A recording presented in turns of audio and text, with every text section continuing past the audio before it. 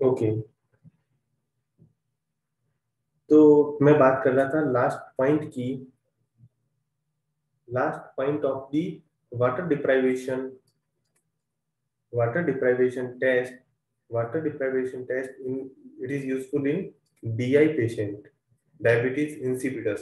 तो last condition थी हमारी कौन सी? Primary poly primary polydipsia.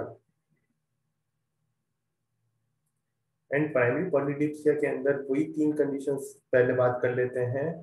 तो आपको पता है, जैसे कि मैंने बताया था, कि हमारा सीरम एडीएच लेवल कैसा रहेगा? लो रहेगा, क्योंकि पेशेंट क्या कर रहा है, बार बार पानी पी रहा है। बार बार जब पानी पिएगा तो एडीएच सिक्रीशंस बिल्कुल लो होंगे। जब एडीएच सिक्रीशंस बिल्कुल लो होंगे तो यूरिनरी ऑस्मोलरिटी क्या रहेगी? Urinary osmolarity definitely dilute urine रहेगा। एंड यही हमारा सीरम सोडियम लेवल कैसा रहेगा? इधर नॉर्मल और decrease. serum sodium osmolarity is decrease। Okay, but इसी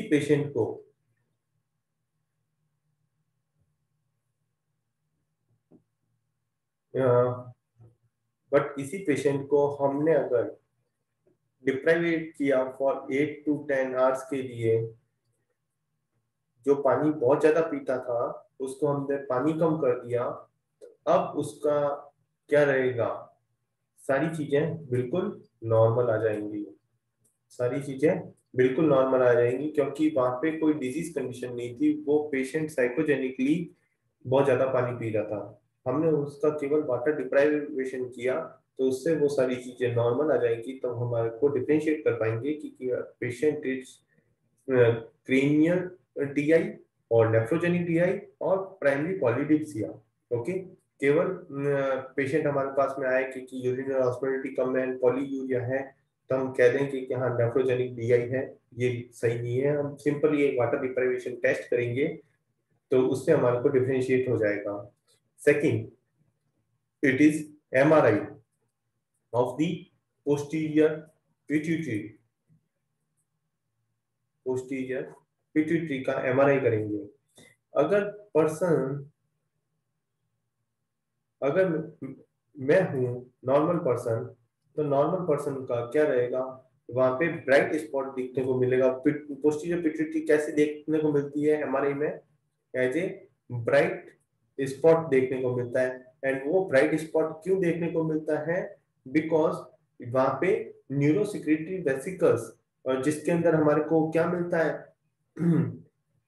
ईडीएच, ठीक है ना? तो वो ईडीएच फील्ड पोस्टीरियर पिट्यूटरी ये जैसे है, तो वहां पे न्यूरोसिक्रेटरी वेसिकल्स हैं जिसके अंदर एडीएच है। तो इसी वजह से वहां पे क्या हमारे को देखने को मिलता है? व्हाइट स्पॉट्स देखने को मिलता है। बट अगर मेरा पेशेंट क्रेनियल डीआई का है, तो क्रेनियल डीआई के अंदर मैंने बताया था ना, सुप्रा ऑप्टिक न्यूक्लियस से क्या सिक्रीट होके सिंथेसाइज होके एडीएच आएगा ही नहीं, तो स्टोर होगा ही नहीं, तो वो क्या है? ब्राइट स्पॉट बनेगा ही नहीं। तो या तो आइदर स्मॉल और एब्सेंट ब्राइट स्पॉट्स देखने को मिलेगा। समझ आया? अब देखिए नेफ्रोजेनिक डीआई के अंदर क्या होता है कि यहाँ पे action of the ADH at V2 receptor is not working। So जितना भी ADH इसके अंदर स्टोर होता है, वो सारा का सारा क्या आ जाता है? ब्लड के अंदर आ जाता है। कहाँ पे आ जाता है? ब्लड के अंदर आ जाते हैं। क्यों? क्योंकि वहां से डायरेक्टली पॉजिटिव फीडबैक मिलता ही जाता है। तो इस वजह से जितना भी एडीएच है वो कहाँ पे आ जाता है? हमारे ब्लड में आ जाता है। इसीलिए यहाँ पे भी ये एम्प्टी ही रहेगा। तो दैट्स वाई यहाँ पे भी ब्राइट स्पॉट या तो स्मॉल या एब्सेंट देखने को मिलेगा। ठीक है ना? कोई दिक्कत नहीं।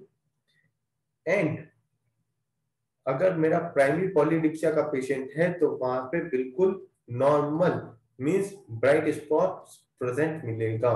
कोई कंफ्यूजन नहीं। तो एक चीज आपको ध्यान रखनी है, और ये क्वेश्चन बनता है नेक्स्ट समझा देता हूं कि presence of the spot is more important. Presence of the spot is the more important. Okay, to rule out कि अगर स्पॉट प्रेजेंट है तो रूल आउट क्या हो जाएंगे, रूल आउट दो कंडीशन रूल आउट हो जाएंगी।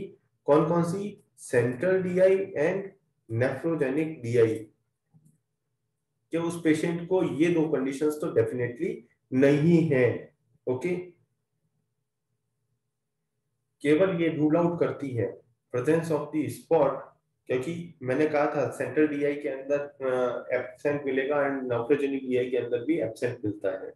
ठीक है, तो यहां तक हमारा कंप्लीट होता है डायबिटीज इंसिपिडस।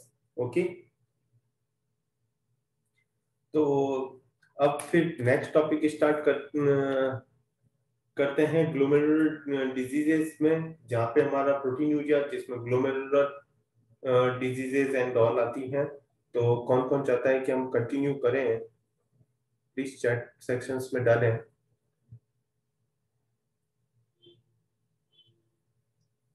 क्योंकि किडनी आज कंप्लीट नहीं हो पाएगी नेक्स्ट सेशन। ओके, ठीक है, तो नेक्स्ट सेशन में हम स्टार्ट करेंगे हमारा ग्लोमेरुलर डिजीजेस, जिसके अंदर glomerular proteinuria and tubular glomerular proteinuria, then nephrotic syndrome, nephritic syndrome, कई सारी चीजें डेवलप होंगी। ठीक है, तो थैंक यू एवरीवन।